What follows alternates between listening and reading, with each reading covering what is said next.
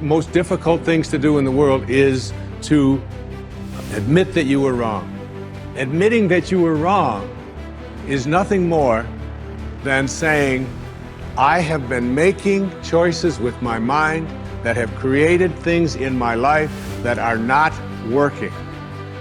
And I no longer intend to continue making those choices. I was wrong. You don't have to make a declaration of it. You don't have to go out and feel guilty about it. You just simply say, it didn't work. The relationship that I was in before, I behaved in these ways. I didn't realize that it wasn't working for me. Now I do, and this is where I choose to be now. And the hardest part about change is making a new choice. The moment you make a new choice, get ready. You're leaving the known. It's going to be uncomfortable. It's going to be unfamiliar. There's going to be some uncertainty. You can't predict. You're not in the known any longer. And most people, they step out and they hear that voice. It's too hard.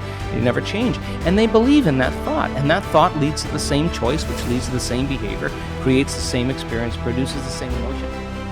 It really is only us.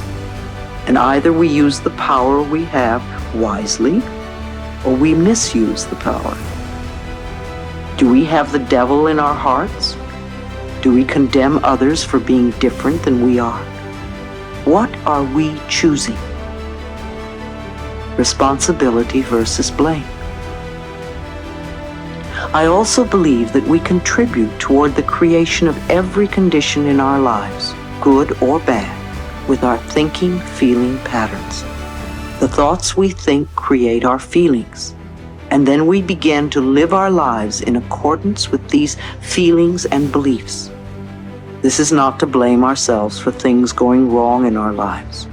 There is a difference between being responsible and blaming ourselves or others. When I talk about responsibility, I am really talking about having power. Blame is about giving away one's power. Responsibility gives us the power to make changes in our lives. It's a precious life. If something is precious, where do you want to invest this life? Into what do you want to invest this precious life? If this is a worthless life, throw it somewhere. If this is a precious life, what do you want to invest this life into? If you look at it this way, you will find something truly worthwhile to do.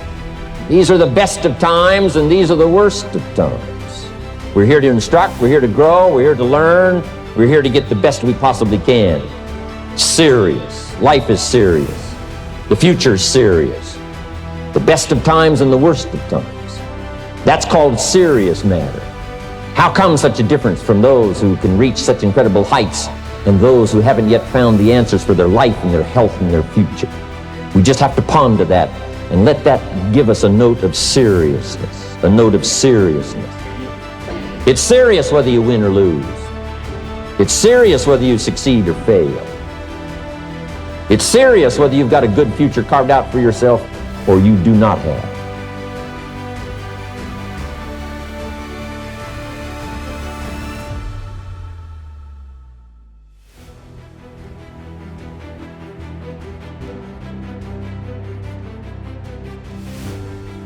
Many years ago, I read where Napoleon Hill pointed out that the imagination is the most marvelous, miraculous, inconceivably powerful force that the world has ever known. And the average individual uses the imagination, if they use it at all, against themselves.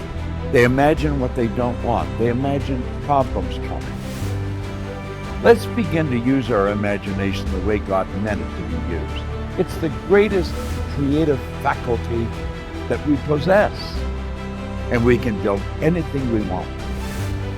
The importance of visualization for me in imagery can be related to almost every single thing that you do in life.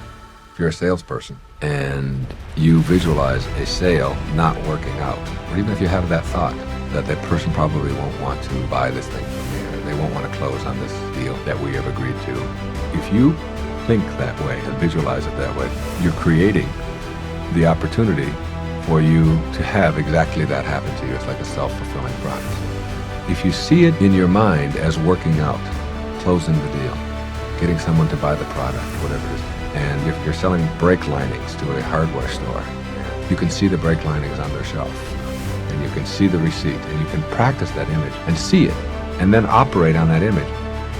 If it doesn't work out, let's start from that premise, which I don't even let in, because I know it will. And when you know it will, it will. But if it doesn't, you say, all right, instead of, see, this guy's wrong, I knew that this karma stuff, and I don't want to hear any more of this stuff. You don't do that. You say, there's something in this for me. It's not supposed to be working out right now. I wonder what I can do to learn from that. Let me re-examine it. Let me look at it. You don't blame anybody else. Blame must go. If you are going into a tax audit and you believe that it's not going to work out, you are going to act out on that auditing image that you have in your mind. And you will not prepare yourself in the same way as if you believe that you're not going to have to pay more taxes and that you've been an honest taxpayer and that you filled out your forms properly and that you are entitled to not have to pay additional taxes, and that's how you're going to operate. And you get an accountant who believes that as well, and you go in from that premise, you will find yourself having much, much less difficulty than if you go in saying, oh, they're going to look through my records, it's going to take 2 days, they have no right to go through all of these things, I hate it when they do this, and you go through this whole process. You are creating what it is that you don't want for yourself, because you're going to operate and behave on the basis of whatever image you have. If you believe it's going to be nasty, you're going to start behaving in ways to have that outcome come about.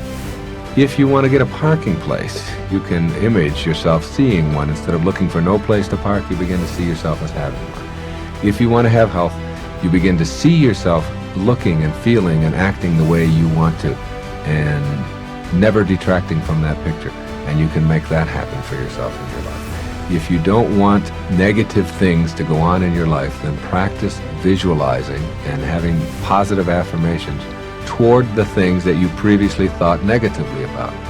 I like the example of calling the phone company and asking them if they can come out and fix your phone.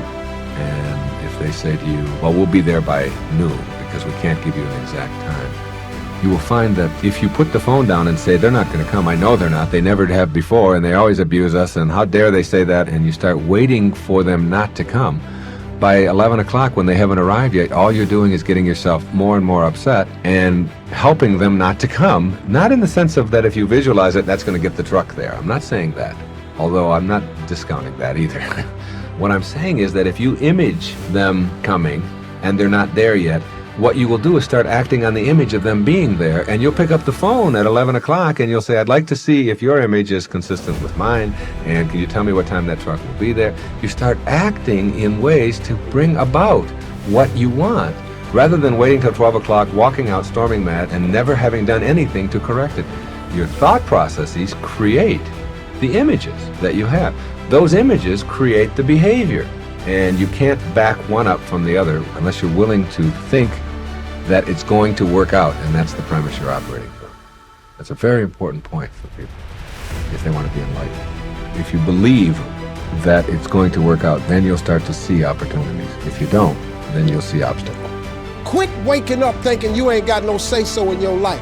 You have a choice in this matter. You can't stop what happened to you, but you can doggone sure do something about what happened to you. Life is 10% what happened to you, is 90% what you do about it. Somebody in your family gonna die. Somebody in here gonna get fired. Somebody here gonna get an eviction notice. Somebody gonna get laid off. Somebody company gonna close. That's life. Somebody you love gonna break up with you. That's life. Well, what you gonna do about it though? Since it's gonna happen anyway. Trust me, go home and ask God to open up your imagination and then pursue it with everything in you and watch what he do for you.